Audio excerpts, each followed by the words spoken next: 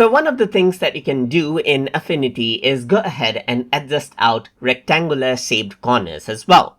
So to do that, you can go around over here on to the left hand side, and here you can see the shapes. So this only works with the rectangular tool right here. So if I were to go ahead and create a rectangular tool just like this, then what I can do is you can see that on the top you see an option called corner.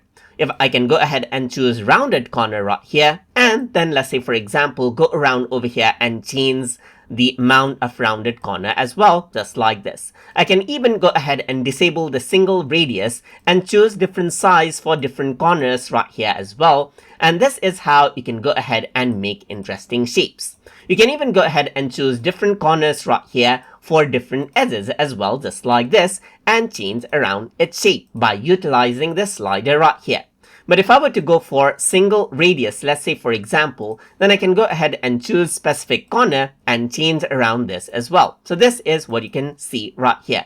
If I were to select this shape, you can even see this red dot that you can go ahead and click and drag.